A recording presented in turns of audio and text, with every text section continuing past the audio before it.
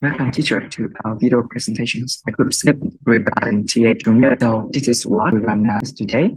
TH Group it was established in 2008 when Mr. Heinlein and TH stands for True Happiness. When we look at the portfolio, so we think that this free products that has export potential, but we only focused on TH2 milk of this project because we think it is a suitable one for the exportation. Why is our product attractive on overseas market? Because we have competitive price for the very high quality, truly clean, fresh milk. It's also suitable for daily usage because they provide the necessary nutrition such as calcium, vitamin D, and etc. For the factors, if we are successful in the donations market, is the level of commitment of the top management.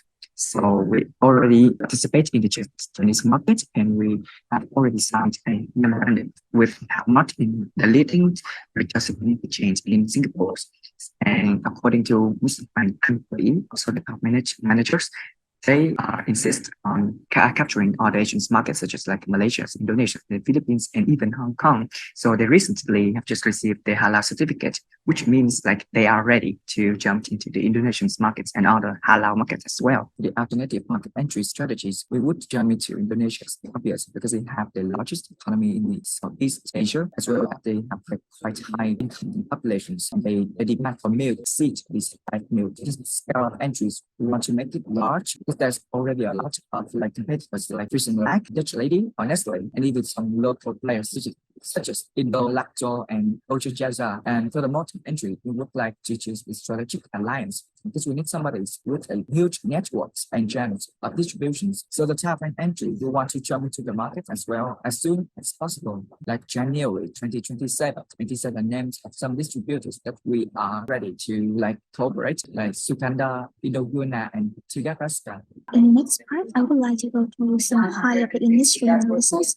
Firstly, results that Milpro is expected to reach 1 billion liter, meeting 40% of demand by 2025. Besides, more than 80% of the world population, or about 6 billion people, regularly consume liquid milk or other dairy products. An important point that we found is the majority of the dairy products in Indonesia are imported because the country dairy smallholder is insufficient to meet the expected demand. Additionally, the consumption rate of rice milk in Indonesia is expected to increase by nearly 14%.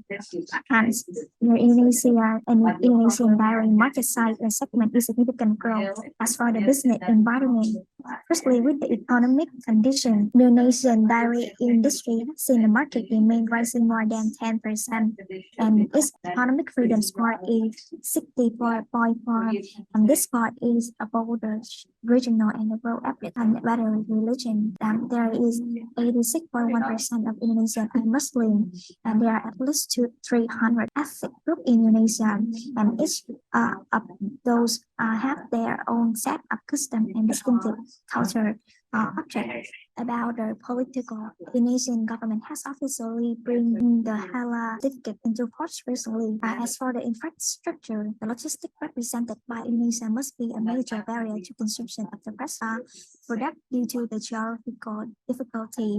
With more difficulty, finally, in the trade agreement, Indonesia is party to 14 free trade agreement, and Vietnam is also one of this country partner. In summary, there's very important thing that we need to notice when entering the Indonesian market. Coming up next, I would like to introduce about competitor analysis part. So let's have a look at local competitors. We have Ultra Milk and Indo Milk in Indonesian markets. In 2022, Ultra Milk accounted for 36% of the milk volume share, while Indo Milk ranked fourth in the competition with 11% of the market share, being out of the top three in the market since 2021. Move on to Vietnamese competitors. In the liquid milk market, the True Milk have the two biggest competitors, which are Vina Milk with a market share of 40% and Dutch Lady with nearly 24%. About international competitors in Indonesian markets, we have Nestle, also known as Bear Brand, and Frisian Flag. So let's talk about Nestle. Currently, the Indonesian market forms about 1% of Nestle overall business globally, and they accounted for 80.2% of the market share and ranked second place in the Indonesian milk industry. About Frisian Flag, they ranked third place in 2022 with 15.5% of the milk market share in Indonesia. However, they grow sustainably. They remain top 3 milk brand in Indonesia since 2015. So we have to mention about substitute products, which are the potential competitor to UHT milk. This substitute market is expected to grow annually by 27.3%. Indonesian consumers, especially affluent, increasingly perceive milk alternative as a healthier option, believing them to be more nutritious, and to the number of available alternative products. Moving on to the organizational asset and skill part. In terms of R&D and technological capabilities, firstly, regard the economic and political direction. TH Group concentrated on one of the most high-tech industrial scale for the innovative project, which entered in production of meat processing in Kontum province, developed two high-technology applications, closed and centralized dairy farming models. Furthermore, in the era of sustainable business and circular economy, TH Group goes toward a green economy with cyclical economic model applying methodology of post-production. Apparently, after producing the waste collection from animal farming system will be the treatment with biogas system. So this way of solution enable human being to reduce plastic waste wisely. So coming next is the SWOT analysis of our company as we analyze on the factor that can affect our business and then conclude some strategy. So first of all is the strategy for strength and opportunity. So we believe that our company should take advantages of finance to expand the market, build brand, and popularize with the customer by creating many activities and events to attract the customer and improving consumer confidence in our products. STA has excellent reputation in the Vietnamese market and is entered the worldwide market by exporting to China, Singapore, and Russia.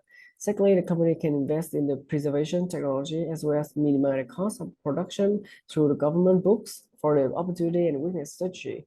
And thirdly, our business may improve the product quality, distribution, or marketing to compete with others and also adapt to the production of clean and fresh milk, but still ensure the compliance with many religions is for the strength and trade strategy. So finally, we may deal with some high pressure on input material costs and the risk of reducing market share is high due to low brand awareness as well as the milk production compared are intensive among the country. Marketing mix strategies. Firstly, segmentation. For geographic segmentation, we found out that almost 60% of Indonesians lives in urban areas, and they also have higher income and more conscious about healthcare.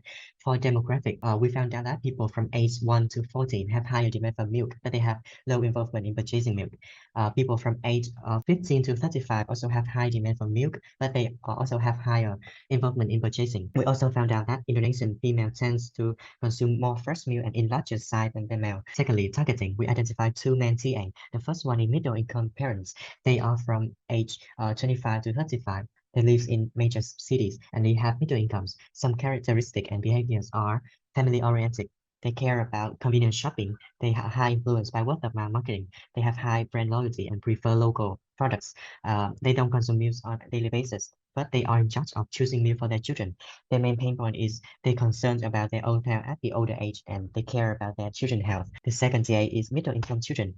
So they are from age 6 to 18, lives in major city. They have no income because both of them are students. Some characteristics are lower brand loyalty. They open to try new things. They care about comfort and price. They prefer instant drinks and meals are fast food for them.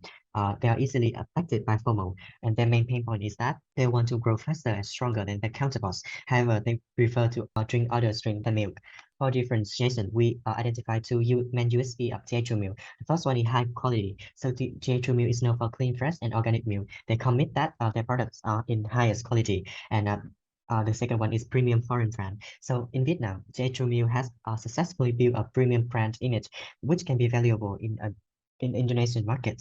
So for positioning, we found out that Indonesians have lower level of trust toward foreign brands, and they care most about accessibility when shopping. So we want to position as a premium brand, but easily accessible for everyone, as you can see on the map below.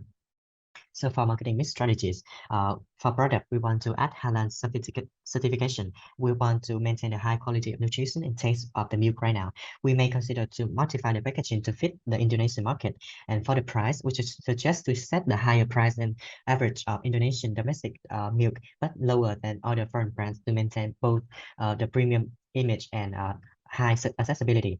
For the place, We suggest to partner with big Indonesian distributor of FMCG to make a TH2 milk available everywhere in Indonesia. And for promotion, we suggest to invest in the marketing communication to gain certain recognition and brand awareness when it first enter the Vietnamese market.